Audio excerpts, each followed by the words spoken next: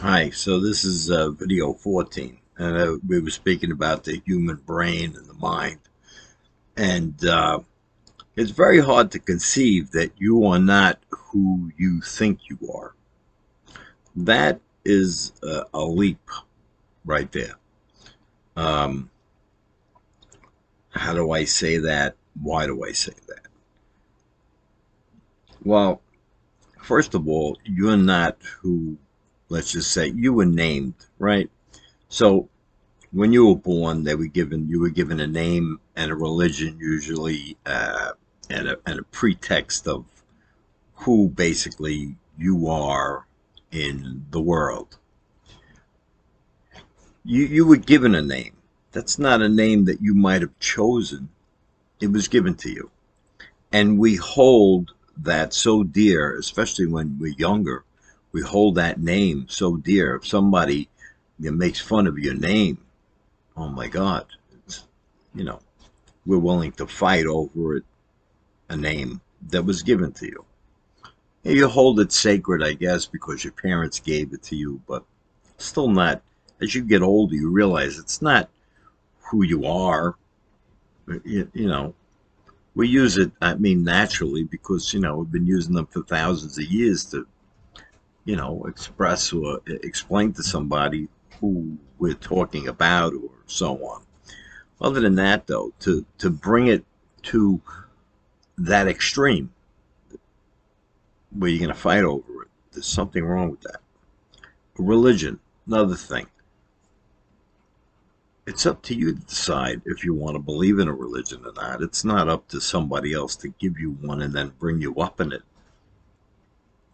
There's a lot of things that I didn't like. I was brought up Catholic, but there was a lot of inconsistencies with lots of religions. It's inconsistent. So that makes people not believe.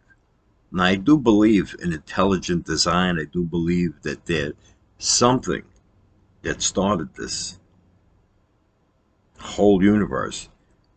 Intelligent design. I won't, I hate using the word God because it kind of puts them in a box. And that box is not a good box because it brings too many things to mind, but for all intents and purposes, we will call it supreme being or supreme entity or whatever you want to call it, which actually, it's not a he or a her. It was androgynous. That's the truth of it. It's neither or, it's both. And that's why we have two parts to our brain, because there is a feminine side and a masculine side, or, the thinker and empathy. So we already have these two parts. Being in touch with, let's just say, your feminine side. A lot of guys don't want to hear that because it's a macho thing or whatever. And that's another thing. We go back into the ego, how the ego, uh, uh,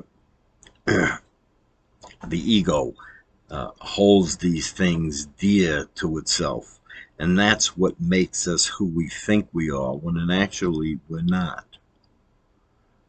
All right, so this is where it's going to try to get.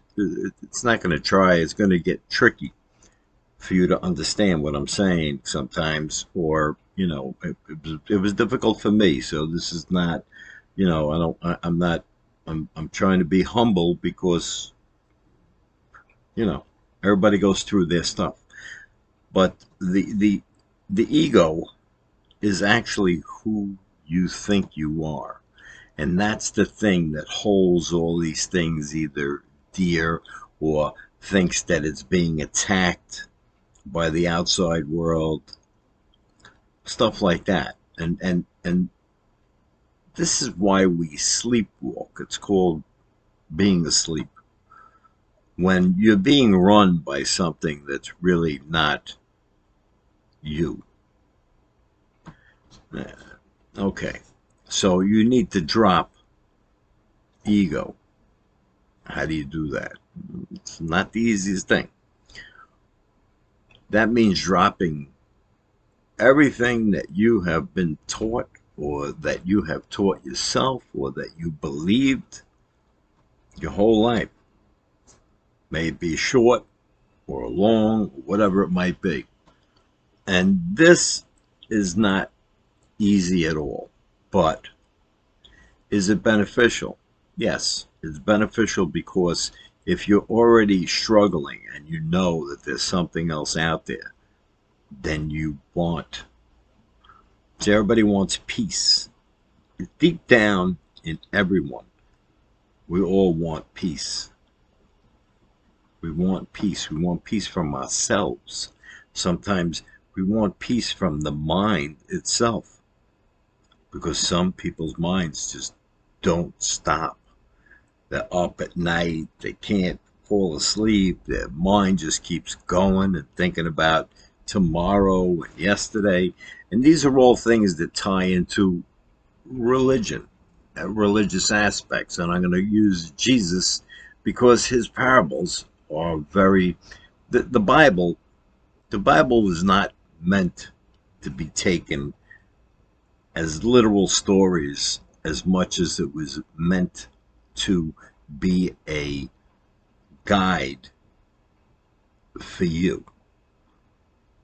It's like a big psychology book, but it's not made in direct terms. Some of it, like I'm saying, Jesus himself spoke in parables, so it was meant for you to cipher through it. And he did that for a reason. He did that for a reason, because he couldn't just come out and say lots of things. And, you know, and again, this is not about religion. This is about a man.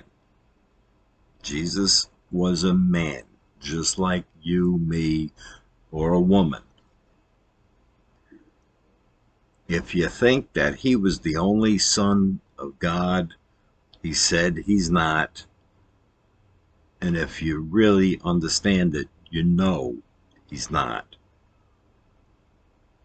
Was he enlightened? Absolutely. To an extreme amount, maybe. It's very possible that he was, I mean, he did know a lot about the human mind. Psychiatrist, yeah. Psychologist,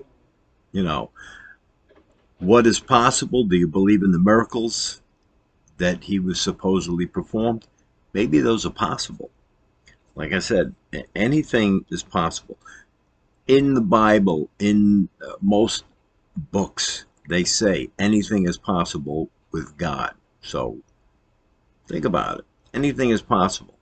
And supposedly God is in you and in me and in everything, right?